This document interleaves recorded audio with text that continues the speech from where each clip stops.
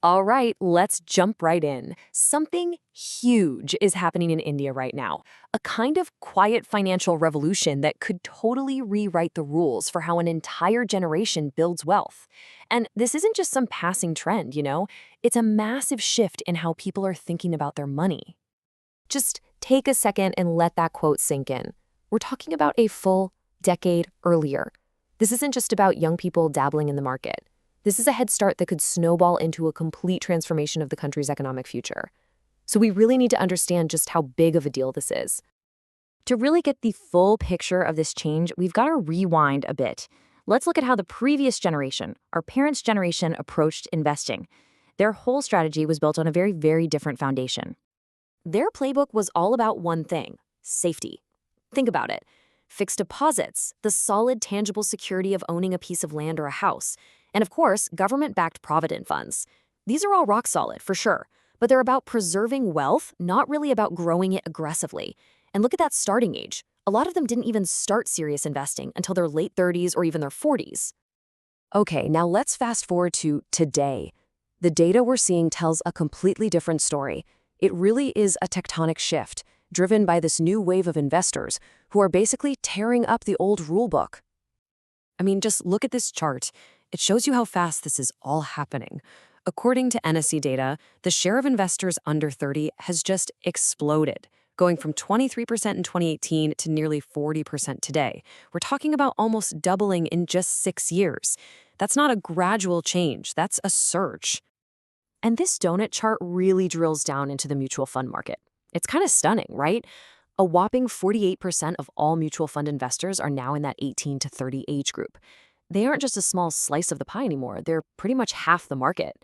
That's some serious influence. So what happens when all these young people fled into the market? Well, it literally changes the average. The median age of an Indian investor has dropped from 38 all the way down to 32. The entire center of gravity for the market has shifted, and it's shifted younger.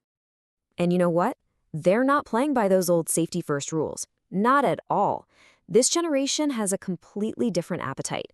They've got a strong preference for growth, things like equities and systematic investment plans, SIPs. They're picking stocks over the traditional comfort of FDs and gold, and they're not waiting around. They're jumping right in. So we see what's happening. But now let's get to the really exciting part: why this matters so much.